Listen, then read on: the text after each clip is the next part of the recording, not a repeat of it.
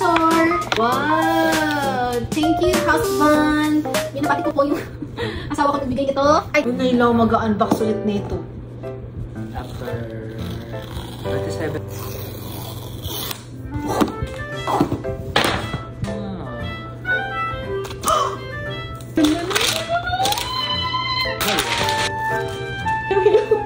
Kala mo naman nag-work.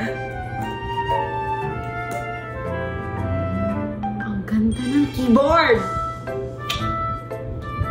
Ito. Siyempre, marto talaga. Guys, alam niyo ba? This is my third laptop. Yung first one, bumili ako 2017 sa Pinas.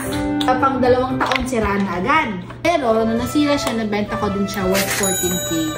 May pera talaga sa MacBook. Back to the story.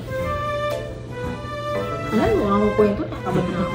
So, sa unang MacBook ko, 2017, nag-last lang siya ng 2 years. So, nabenta ko pa din siya kasi logic board na talaga yung sira niya. So, nabenta ko pa rin siya ng 14K. And the second one is bigay nito. And then, ito na yung third.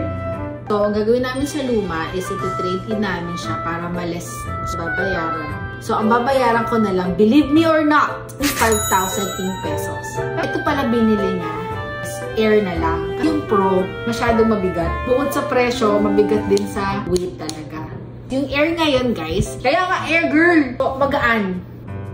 Parang di nagtatrabaho sa iPhone. Oh my gosh. When you say migration assistant, parang nag-object transporter. Charis. Config package. It's gonna work! Bye-bye. Thank you guys for watching my walang kwentang unboxing. Kumbaga hindi siya informative, girl. Bye-bye.